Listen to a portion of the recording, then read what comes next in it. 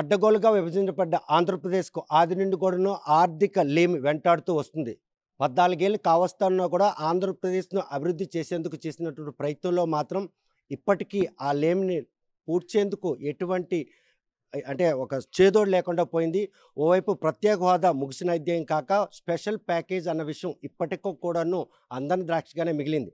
కాకపోతే కూటమి ప్రభుత్వం కొలువు తీరిన తర్వాత ఈ ఆంధ్రప్రదేశ్‌లో ఈరోజు P4 విధానంలో ప్రభుత్వ ఆస్తుల్లో ప్రైవేట్ వ్యక్తులు భాగస్వామ్యం చేసి అభివృద్ధి చేసి సంపదను సృష్టించాలని చేస్తున్న ప్రయత్నంలో శ్రీకాకుళం కార్పొరేషన్లో మొత్తం 5 ప్రభుత్వ స్థలాలు మాత్రం ఈరోజు సేకరించి అక్కడ P4 విధానంలో ఆర్థిక సంపదను ఉత్పత్తి చేసేందుకు ప్రణాళిక సిద్ధం చేశారు.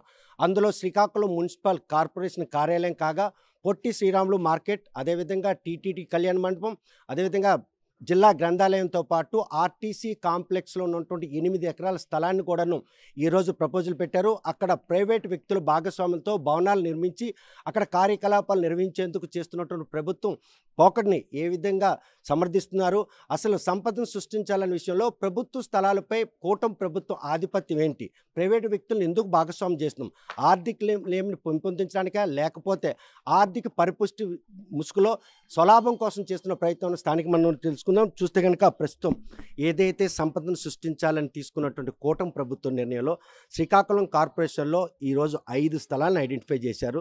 చరిత్రక ఆనవాలుగా ఉన్నటువంటి ఈ స్థలాల్లో ప్రైవేట్ భాగస్వాములను ఇన్వాల్వ్ చేయాలని ప్రతిపాదన ఏ విధంగా స్వాగతం? ఇది ఎట్టి పరిస్థితుల్లోనూ సదుద్దేశంతో కూడుకున్నది కాదనే విషయం మాకు అర్థమవుతుంది. ఎందుకంటే ప్రభుత్వ స్థలాలని P4 విధానంలో ప్రైవేటు వ్యక్తులకు అప్పజెప్పడం అంటేనే ఇందులో వ్యాపార దృష్టి లాభాపేక్షతో కూడిన వాళ్ళ ఆధిపత్యం తప్ప ప్రజా ప్రయోజనం అనేది ఇందులో ఏమాత్రం నెరవేరదు. కానీ మీ పాయింట్ ఆఫ్ వ్యూలో మీరు అలాగ ఆలోచిస్తుంటే ఇప్పటికే ఆర్థిక లేమితో కొట్టాడుతున్నటువంటి ఆంధ్రప్రదేశ్ని అభివృద్ధి దిశగా అడుగులేసేందుకు తాము చేస్తున్నటువంటి ప్రయత్నంలో వ్యక్తిగతమైన స్వలాభం లేదు అని సమర్థించుకుంది. అభివృద్ధి చేయాలంటే పరిశ్రమలను నెలకొల్పాలి, అలాగే ప్రాజెక్టులను పూర్తి చేయాలి, వంశధార ఇలాంటి ప్రాజెక్టులను పూర్తి చేయాలి. దానికి కేంద్రంతో దెబ్బలాడి నిధులను సంపాదించాలి. కేంద్రం దగ్గర జో హుకుం అని చెప్పి గులాంగిరి చేస్తున్న పరిస్థితుల్లోనే ఇప్పుడున్న ప్రస్తుత రాష్ట్ర ప్రభుత్వం చంద్రబాబు నాయుడు పవన్ కళ్యాణ్ నేతృత్వంలో ఆ ప్రభుత్వం పనిచేస్తోంది తప్ప వాళ్ళ దగ్గర నుంచి ఒక్క రూపాయిని సాధించే ప్రయత్నం చేయట్లేదు. ఈవెన్ అమరావతికి కూడా 15,000 కోట్ల రూపాయలు అప్పుగా ఇచ్చింది తప్ప కేంద్ర ప్రభుత్వం కేంద్ర నిధుల నుంచి బడ్జెట్ నుంచి కేటాయింపులు చేయలేదు. రాజధాని నిర్మాణం కేంద్ర ప్రభుత్వ బాధ్యత అని విభజన చట్టం చెప్తుంటే ఆ అంశాన్ని విస్మరించి రాష్ట్ర రాజధాని నిర్మాణ బాధ్యత నుంచి కేంద్రం వైదొలిగితే కూడా ప్రశ్నించలేని దుస్థితిలో ఎందుకుంది ఈ ప్రభుత్వం అని మేము అడుగుతున్నాం. అక్కడి నుంచి డబ్బులు సంపాదించడం పోయి ప్రజల ఆస్తుల్ని ప్రభుత్వ ఆస్తుల్ని అమ్ముకుని గతంలో ప్రభుత్వం జగన్ ప్రభుత్వాన్ని విమర్శిస్తున్నారు. జగన్ ప్రభుత్వం ఆస్తుల్ని తాకట్టు పెట్టింది, ఎంఆర్ఓ కార్యాలయాలని, తహసీల్దార్ కార్యాలయాలని, కలెక్టర్ కార్యాలయాలను తాకట్టు పెట్టిందని చెప్తున్నారు. వీళ్ళు మాత్రం చేస్తున్నది ఏమిటని మేము ప్రశ్నిస్తున్నాం. ఇది కూడా అదే కోవలో అదే దారిలో వెళుతాం తప్ప ఇదేం జగన్ ప్రభుత్వానికి ఇది ప్రత్యామ్నాయంగా ఏమాత్రం లేదు. ఇది ప్రైవేటు వ్యక్తుల ప్రాబల్యానికి ప్రభుత్వ ఆస్తుల్ని అప్పగించడం తప్ప వారి అధీనంలోకి ఇవన్నీ పోతే వాళ్ళు లాభపడతారు తప్ప ప్రజలకు ఏ ప్రయోజనం ఉండదు. రాష్ట్రానికి దక్కే ఆదాయం కూడా ఏమీ అదనంగా ఉండదు. తృణమో పణమో పన్ను రూపంలో వస్తుందేమో తప్ప వాస్తవానికి దీని నుంచి రాష్ట్ర ప్రభుత్వ ఆదాయం పెరిగేది ఏముండదు.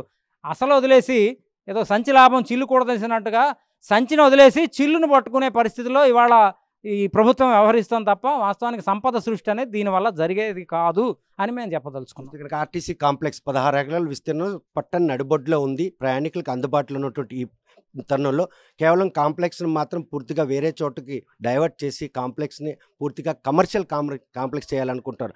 అంటే శరవేగంగా పట్టణం విస్తరిస్తున్న ఈ నేపథ్యంలో కమర్షియల్గా ఇన్కమ్ జనరేట్ అవుతుంది అన్నట్టు ఆలోచన ఏ విధంగా?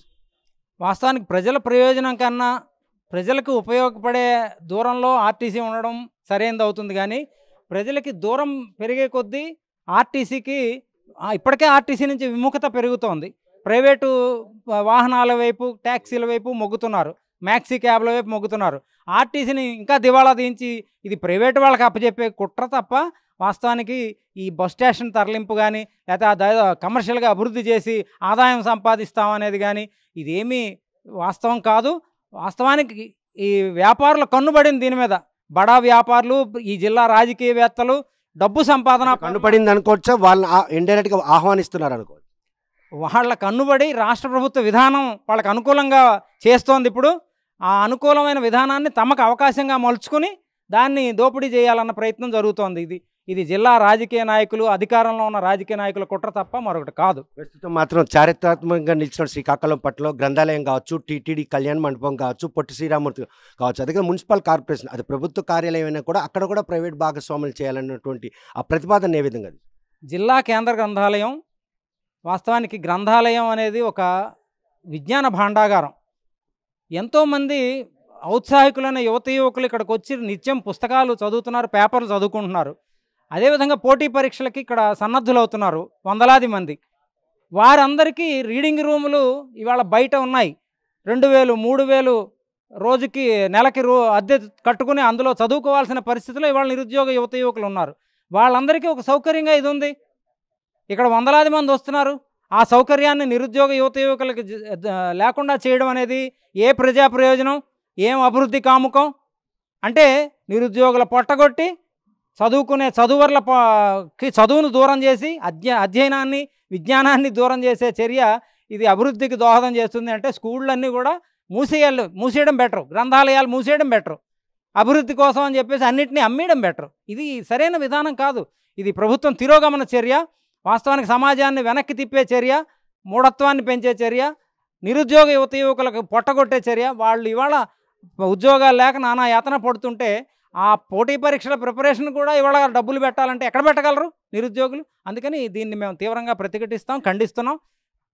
ఈ ప్రభుత్వ స్థలాలు ఏవైతే ఉన్నాయో, టీటీడీ కళ్యాణ మండపం కానీ, ఇవాళ పేదలకి పెళ్ళిళ్ళు చేసుకోవాలంటే బయట కళ్యాణ మండపాలు లక్షల్లో ఛార్జ్ చేస్తుంటే టీటీడీ కళ్యాణ మండపం అందుబాటులో ఒక సౌకర్యవంతమైన వివాహాలకి కేంద్రంగా ఉంది. దాన్ని ఇవాళ దూరం చేయడం అనేది ఇది ప్రజలకి, పేద ప్రజలకు, ముఖ్యంగా మన బడుగు వర్గాలకి చాలా అన్యాయం చేయడం తప్ప ఇది ప్రజల అభివృద్ధి కాదు, పెట్టుబడిదారుల అభివృద్ధి మేము చెప్పదలుచుకున్నాం. ఇందులో ఏమాత్రమే అభివృద్ధి అని వాళ్ళు అంటున్నారంటే ఇక్కడ 4 అంతస్తుల భవనం కట్టేస్తారట. ఆ టీటీడీ కళ్యాణ మండపం జాగాలో కూడా పెద్ద పెద్ద కమర్షియల్ కాంప్లెక్స్లు, మాల్స్ పెడతారట. అవి ఎవరి అభివృద్ధికి? అది ఎవరో పెట్టుబడిదారుల అభివృద్ధికి, ప్రజల అభివృద్ధికి కాదు. ప్రజల అభివృద్ధి కాకుండా పెట్టుబడిదారుల అభివృద్ధి అయితే ఆ అభివృద్ధి ఈ ప్రజలకు అవసరం లేదు అని చెప్పదలుచుకున్నాం. చూస్తే కనుక P4 విధానం ఆ ప్రక్రియ లోపభూయిష్టంగా ఉంది. ప్రభుత్వ ఆస్తులను ప్రైవేటీకరణ చేసేందుకు చేస్తున్న ప్రయత్నంలో భాగమే ఈ 5 ప్రదేశాల్లో కూడాను బహుళంతస్తుల నిర్మాణించాలన్నటువంటి ఒక ప్రతిపాదన. ఈ విషయం ప్రస్తుతం అంతా మాట్లాడి కేంద్ర గ్రంథాలయంతో పాటు పొట్టి శ్రీరాములు మార్కెట్ అంటే శ్రీకాకుళం జిల్లాకే తలమానికం, దాన్ని కూడా హుటహుటిన ఖాళీ చేయాలి, పునర్నిర్మాణ చర్య దిశగా వెళ్తున్నామని చెప్తున్నారు. ఆ మాటల్లో వాస్తవం ఉందే. 9 ఏళ్ల క్రితం నిర్మాణంలో కూడా చాలామంది ఉపాధి కోల్పోయిన పరిస్థితి. మళ్ళీ అటువంటి పరిణామాలు ఇక్కడ చోటు చేసుకుంటే చాలా దుర్మార్గమైన చర్య. రాష్ట్ర ప్రభుత్వం ఆ మార్కెట్ని పొట్టి శ్రీరాములు మార్కెట్ అని అతను ఆంధ్రప్రదేశ్ రాష్ట్రానికి రాష్ట్ర విభజన గురించి అతను ప్రాణత్యాగం చేసి 21 రోజులు నిరాహార దీక్ష చేసి ఈరోజు అతని పేరు పెట్టిన మార్కెటింగ్ యార్డ్ని ప్రభుత్వం కూలదోసి వీళ్ళేదో PP4 అని చెప్పి ఇలాంటి మార్కెట్ని, అతని పేరుని, తలమానికంగా ఉండే మార్కెట్ని భూస్థాపితం చేసి వీళ్ళేదో PP4 అని పెట్టి ఏదో సాధిస్తామని అనుకోవడము చాలా దుర్మార్గపు చర్య. ఇది శ్రీకాకుళం జిల్లా వాసులనే ఇది ఒక తలమౌనికమైనటువంటి మార్కెట్ యార్డు. అలాంటిది ఈరోజు ప్రభుత్వంకి ఎందుకో అలాంటి దుర్బుద్ధి కలిగిందో తెలీదు. ఈ PP4 అనేది ప్రజలకి ఏమాత్రం కూడా అది PP4 సహకరించే పరిస్థితి లేదు. ఇది మీరు దుర్బుద్ధిగా భావిస్తున్నారు. వాళ్ళు మాత్రం వెనుకబడిన శ్రీకాకుళం జిల్లా అభివృద్ధి దిశగా వెళ్ళాలనుకుంటే P4 విధానం అమలే ఒక్కటే శరణ్యం అన్నటువంటి దిశగా ఏకపక్ష నిర్ణయంగా ముందుకెళ్లే పరిస్థితి ఉందా?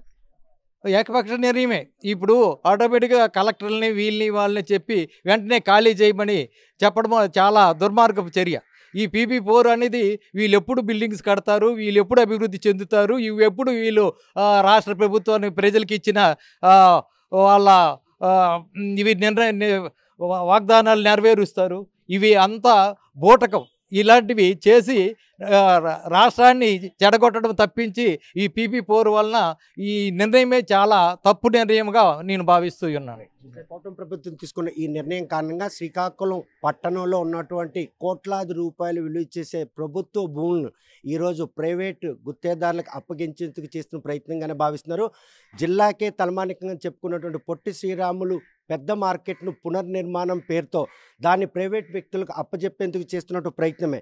ఇటువంటి ప్రయత్నాలు చేస్తే మాత్రం చూస్తూ ఊరుకునేది లేదని కూడా హెచ్చరిస్తున్నారు. కేంద్ర గ్రంథాలయం కనుమరుగైపోయే రోజు దగ్గరలో వస్తుంది. విషయం తెలిసిన నుండి దాన్ని పరిరక్షించుకునేందుకు ఎటువంటి పోరాటానికి మీరు శ్రీకారం చుట్టారు? శ్రీకాకుళంలో జిల్లా గ్రంథాల సంస్థ గత 73 సంవత్సరాల క్రితం మేము ఈ గ్రంథాలయ నిధులతో కొనుక్కున్నటువంటి స్థలం ఇది గవర్నమెంట్ మాకేమీ ఒట్టినే ఇవ్వలేదు. మా గ్రంథాలయ సంస్థ నిధులతో కట్టుకున్నటువంటి ఈ గ్రంథాలయం అందరికీ జిల్లాలో ఉన్న విద్యార్థులకి నిరుద్యోగులకి అందరికి కూడాను ఇక్కడ అందుబాటులో మధ్యలో ఉంది. ఇది కొంతమంది దుర్మార్గులు దీని మీద కన్నేశారు. ఇది కొన్ని కోట్ల రూపాయలు చేస్తుంది అంటే దానికి రాజకీయ నాయకులు ఒత్తా పలుకుతూ ఇది ఎలాగైనా సరే వాళ్ళకి చేసేయాలని ఒక PPP పద్ధతి పెట్టి ఇది చేస్తున్నారు. ఇది మంచి పద్ధతి కాదు. ఈ విషయంలో మిమ్మల్ని సంప్రదించేందుకు ఏమైనా ప్రయత్నం చేశారా? వాళ్ళు మీకు సూచన ప్రాయంగా తెలిసింది. ఇక్కడ మున్సిపల్ అధికారులు వచ్చి ఇక్కడ కొలతలు వేశారు. కనీసం పేపర్ మీద కూడా ఏమీ లేదు. పేపర్ మీద వస్తే ఇంకా ఈ ఉద్యమాన్ని తీవ్రతరం చేస్తాం మేము. ఎట్టి పరిస్థితుల్లో కూడా జిల్లా గ్రంథాల సంస్థ ఇక్కడి నుంచి కదలడానికి వీల్లేదు. ఇక్కడే ఉండాలి. అందరికీ అందుబాటులో ఉండే సెంటర్ ఇదనమాట.